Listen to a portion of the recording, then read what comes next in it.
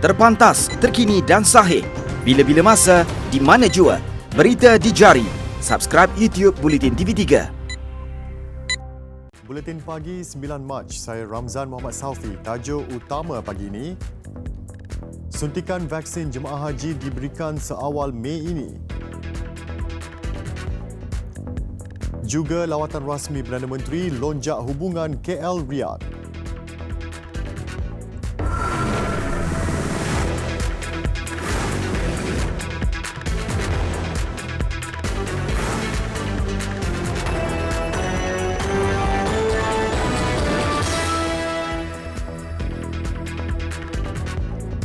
Assalamualaikum dan salam sejahtera. Suntikan vaksin COVID-19 akan diberikan kepada semua jemaah haji seawal Mei depan jika Malaysia bersetuju untuk menghantar jemaahnya tahun ini.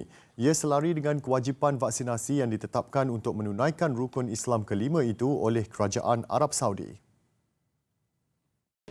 So kalau kehendak untuk mengerjakan haji compulsory untuk vaksin COVID, kita ada dua calon yang sekarang sedia ada, iaitu Sinovac dan juga Pfizer-BioNTech, dan juga kemungkinan AstraZeneca boleh sampai lebih awal, kerana jemaah haji yang akan ke Mekah bermula mid of June only. So before that kita akan laksanakan, kalau 2 dos bermakna kita akan mula Mei lah exercise tersebut.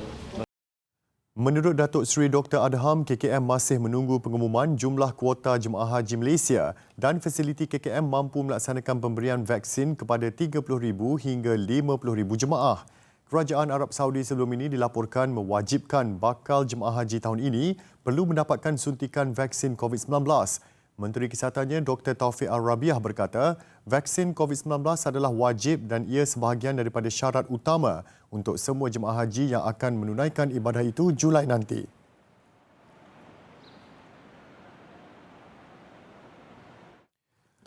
Semua pusat pemberian vaksin PPV diarah mengagihkan lebihan dos vaksin COVID-19 yang tidak terpakai kepada kawasan lain yang masih belum selesai menjalankan pelalian kepada petugas barisan hadapan. Ia berikutan aduan diterima pada 4 Mac lalu bahawa lebihan dos itu diberikan kepada individu bukan tergolong dalam fasa pertama untuk menerima suntikan. Dan saya dapati senarai yang telah disampaikan kepada saya telah menyenaraikan mereka yang tidak tergolong dalam barisan hadapan fasa 1. Dan apabila saya semak, ini jawapan yang saya diberi adalah kerana mereka dah selesai suntikan kepada barisan hadapan kesihatan, maka mereka tambah individu-individu daripada agensi yang tidak tersenarai dalam fasa pertama. Atas aduan tersebut, kita telah batalkan semua temu janji daripada mereka yang tidak tersenarai dalam fasa pertama. Jelasnya, aduan berkenaan antara lebih 200 aduan diterima mengenai pemberian vaksin COVID-19 sehingga Jumaat lalu.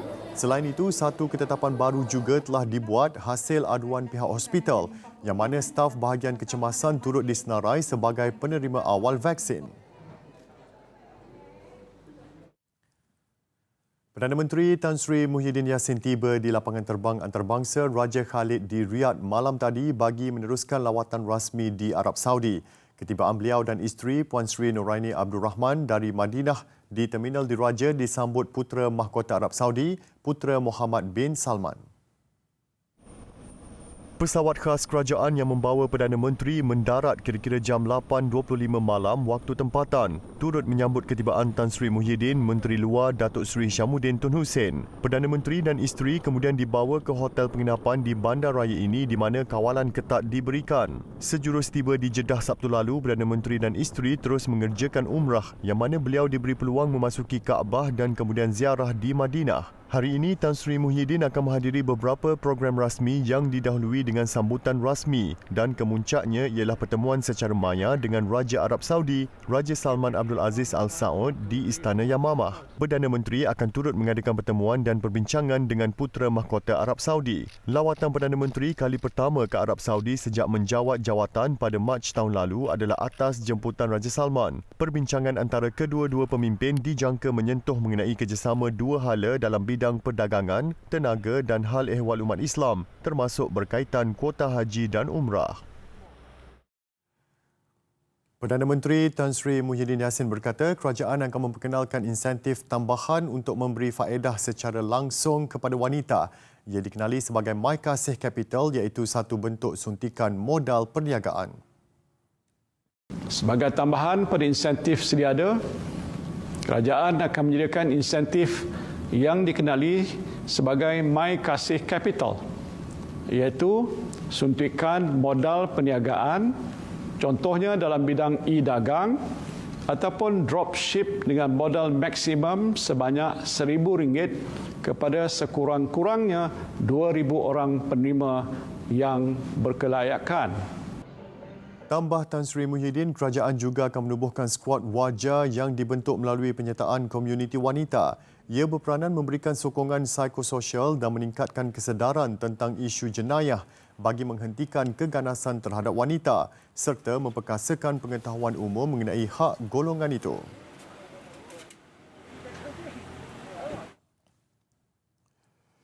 Majlis Raja-Raja Melayu belum memutuskan sebarang tindakan yang boleh diambil terhadap seorang pemilik akaun Facebook yang didakwa terbabit dengan ajaran agama Melayu dan menolak ajaran Islam. Menteri di Jabatan Perdana Menteri Hal Ehwal Agama Datuk Seri Dr. Zulkifli Mohammad Al-Bakri berkata pihaknya akan memberi kenyataan berhubung isu itu sekiranya sudah menerima sebarang keputusan.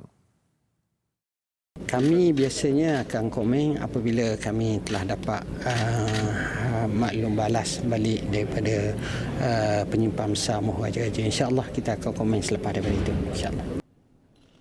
Datuk Seri Dr. Zulkifli ditemui selepas merasmikan sambutan Hari Wanita 2021 yang dianjurkan Yayasan Dakwah Islamiah Yadim di Kompleks Islam Putrajaya.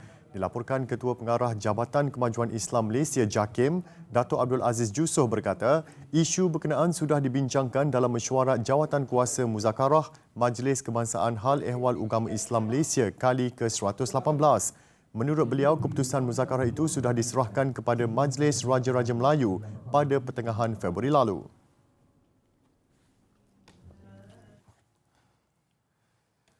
Kebakaran di kawasan pelupusan sampah Kampung Kok Dolah Tumpat Kelantan semakin terpadam dengan hanya 10% kawasan itu masih diliputi asap dan api bahagian bawah timbunan sampah. Seluruh kawasan berkenaan masih diawasi pihak bomba bagi memastikan api tidak marak semula apatah lagi dalam cuaca panas ketika ini. Ini kita merupakan hari ke-18 kita beroperasi dan kebakaran yang kita dapat padam dianggarkan dalam 25 hektar. Iaitu lebih kurang 90%, cuma tinggal lagi dalam 10% yang ada, dan kita dapat kesan tadi ada lagi dalam 4 lagi hotspot dia punya spot tempat mengeluarkan asap. Jadi kita jangka dalam 2-3 hari ini kita dapat padam sepenuhnya lah. Menurut Raja Arisan, pihaknya menggunakan kaedah membanjirkan kawasan pelupusan sampah berkenaan dengan mengepam air dari sungai berhampiran. Setiap hari sebanyak 8 buah pam digunakan. Operasi pemadaman turut disertai kaki tangan Majlis Daerah Tumpat dan Jabatan Pertahanan Awam Kelantan. Menurutnya, kebakaran membabitkan sampah mampat yang dibuang di situ sejak tahun 1982 sehingga mewujudkan timbunan setinggi lebih 9 meter. Jelasnya, kawasan sampah itu juga menghasilkan pelbagai jenis gas yang mudah mencetuskan kebakaran. Berikutan perkembangan terbaru itu, seramai 20 keluarga membabitkan lebih 40 penduduk sekitar kawasan berkenaan dibenarkan kembali ke kediaman masing-masing. Sementara itu, Pengerusi Jawatan Kuasa Pertanian, Industri Asas Tani, Bioteknologi, Teknologi Hijau dan Alam Sekitar Kelantan, Tuan Muhammad Saripudin Tuan Ismail berkata, terdapat sekurang-kurangnya 9 tapak pelupusan sampah di seluruh Kelantan dikenapasti mudah terbakar ketika musim panas ini. Menurut beliau, kemungkinan perkara itu berlaku adalah lebih tinggi jika tiada sekatan menceroboh dikenakan ke atas setiap tapak pelupusan sampah itu. Tidak memberi kebenaran kepada masyarakat ini untuk menyelongkar sampah-sampah ni. Tapi ada sebahagianlah, sebagai segelintir kecil di kalangan mereka ni yang terlepas daripada pemantauan. Jadi sebenarnya tidak ada pihak kerajaan beri kebenaran ataupun menjadi suatu kerja mereka di pusat pelupusan sampah itu kerja asasi mereka, tidak. Tapi begitulah, ada yang masyarakat yang masih tidak dapat mematuhi peraturan, berlaku juga pembuangan putih rokok dan sebagainya, akhirnya berlaku kebakaran. Katanya Kerajaan Negeri Kelantan akan menguatkuasakan undang-undang sekiranya berlaku lagi pencerobohan seperti di tapak pelupusan sampah kampung Kok Dolah ini. Menurut Tuan Muhammad Saripudin, langkah itu bagi mengelak kemalangan dan masalah lebih besar berlaku kerana kebakaran di tapak pelupusan sampah biasanya mengambil masa berminggu-minggu untuk dipadamkan.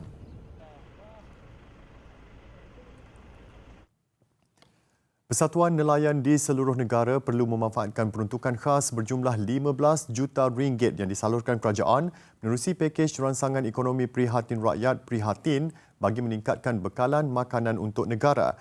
Timbalan Menteri Pertanian dan Industri Makanan 1, Datuk Seri Ahmad Hamzah berkata, ia termasuk melaksanakan beberapa projek pengeluaran jaminan makanan seperti projek aquakultur, pemasaran ikan, pemprosesan dan penangkapan ikan. Peternakan udang di Sungai Rambai ini di antara kawasan yang diusahakan oleh Persatuan Nelayan yang berjaya, di antara yang berjaya dalam negara kita. Dan kawasan ini dikenal pasti sebagai kawasan yang cukup berpotensi. Bukan saja dekat dengan laut yang kita dapat tap daripada air masin tu, tetapi dia mempunyai potensi yang cukup baik sekali lah.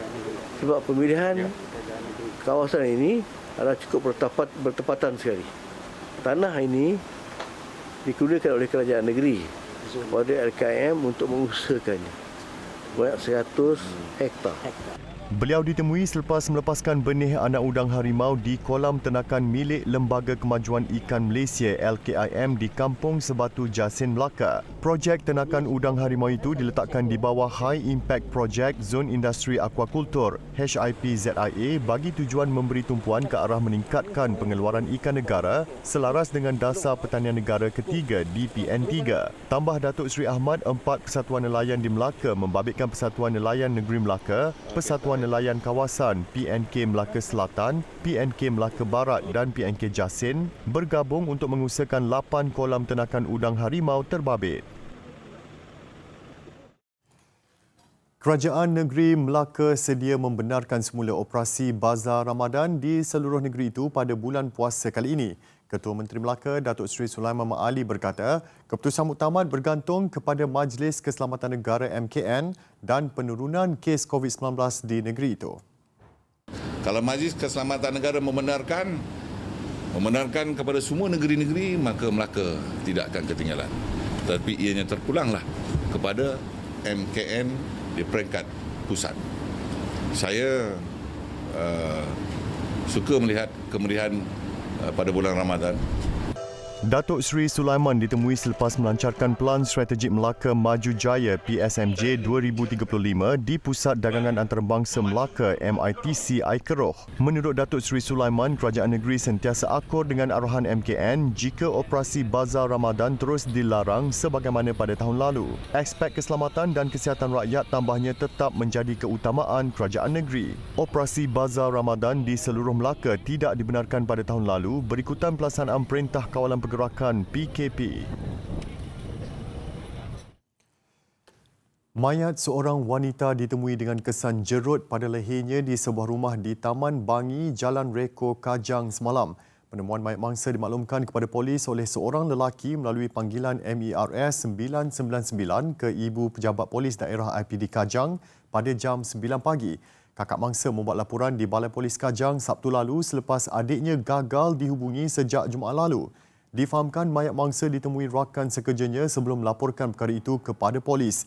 Ketua Polis Daerah Kajang, Asisten Komisioner Muhammad Zaid Hassan berkata, pemeriksaan awal mendapati wanita tempatan berusia lingkungan 30-an itu dipercayai telah lebih 24 jam meninggal dunia sebelum mayatnya ditemui. Mangsa dipercayai seorang kaki tangan sebuah badan bukan kerajaan dan terdapat kesan jerut pada leher mangsa. Mayat mangsa dihantar ke Hospital Serdang untuk dibedah siasat dan kes disiasat mengikut Seksyen 302 Kanun Keseksaan. Seorang penganggur dipenjara 7 tahun dan 2 sebatan selepas didapati bersalah kerana menoreh muka dan mencederakan tangan adik iparnya. Kejadian berlaku di sebuah rumah di Marang, Terengganu pada 9 Februari lalu. Tertuduh Muhammad Asmadi Madmin, 44 tahun, yang dihadapkan ke Mahkamah Session Kuala Terengganu mengaku salah sebaik pertuduhan dibacakan di hadapan Hakim Noria Osman.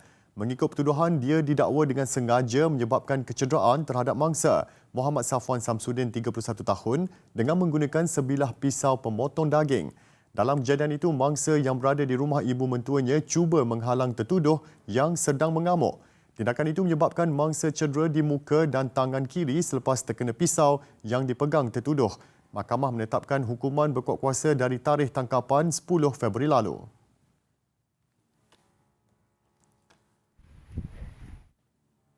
Polis menjumpai kembali 2 laras senapang dan 1 pistol yang dibuang ke dalam Sungai Kelantan berhampiran Jambatan Ibrahim Ali dekat Tendong Pasir Mas pada Jumaat lalu.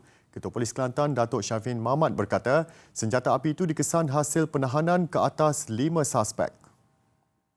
Dalam tempoh siasatan kita ni, sebahagian daripada kumpulan ini telah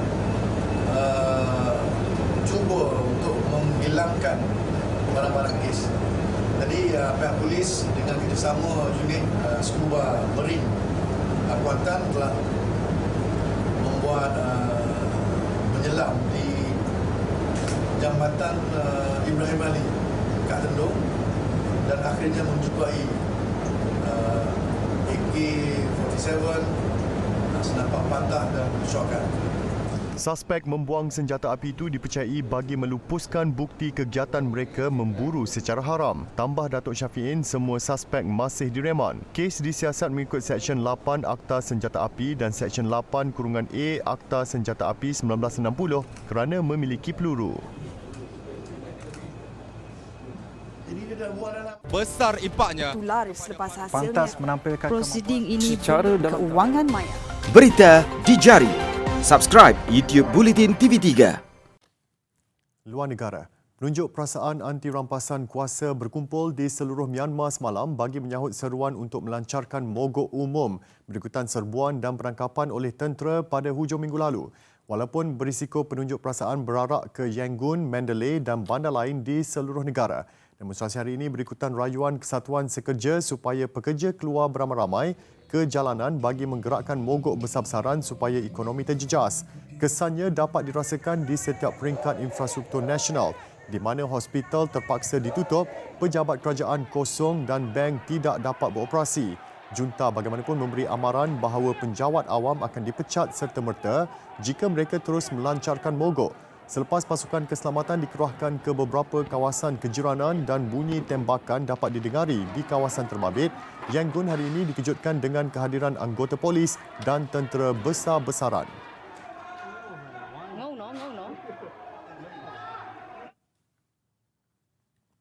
18 aktivis pro-demokrasi Thailand didakwa atas kesalahan berkaitan akta hasutan sementara 3 lagi didakwa melanggar undang-undang Les Majestés. Ia berkenaan kesalahan memfitnah institusi beraja monarki negara itu tahun lalu. Mahkamah akan memutuskan sekiranya ada di antara mereka bakal direman sehingga hari perbicaraan di mahkamah nanti. Pada 9 Februari lalu, pendakwa raya mendakwa 4 pemimpin tertinggi tunjuk perasaan di Thailand atas dakwaan yang memfitnah institusi monarki. Buat pertama kali sejak polis melakukan penangkapan di bawah akta itu November tahun lalu. Keempat-empatnya tidak dibenarkan ikat jamin. Gerakan protes terbaru ini mendesak Perdana Menteri Prayut Chan-o-cha dan kerajaan takbirannya untuk meletak jawatan selain menggesa perlembagaan digubal untuk menjadikannya lebih demokratik dan membuat pembaharuan pada institusi beraja supaya ia lebih bertanggungjawab.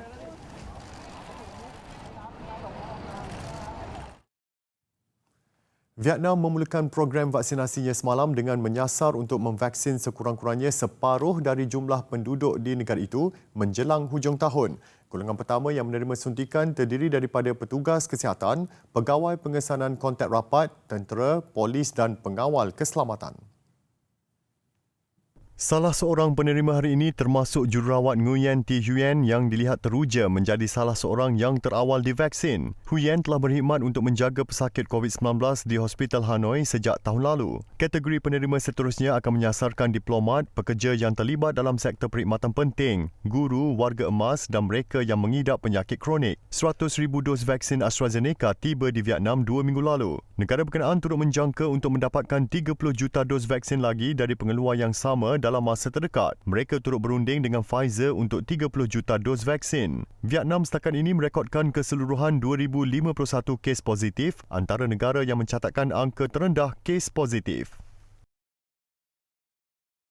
Besar impaknya. Tular selepas hasilnya. Pantas menampilkan prosiding ini secara keuangan maya. Berita di jari. Subscribe YouTube Bulletin TV3. Kehangatan saingan Liga Super 2021 diteruskan lagi malam ini melibatkan 3 pertemuan selepas gagal meraih sebarang mata pada perlawanan pertama.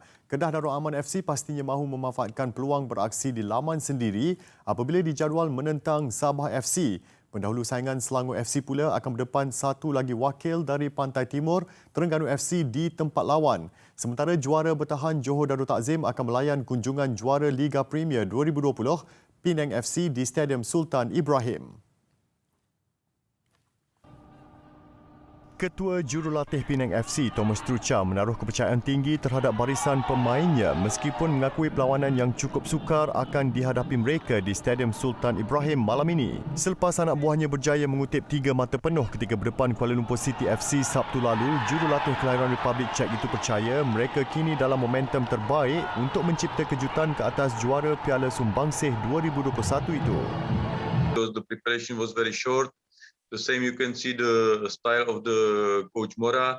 You can see what they want to play. So, if we will have the chance to play something what we want to play, we will use it. If opponent will not allow it, it will be more difficult. And the same, we have some plan to not allow Johor to play what they want to play. So, let's see how the game will go on.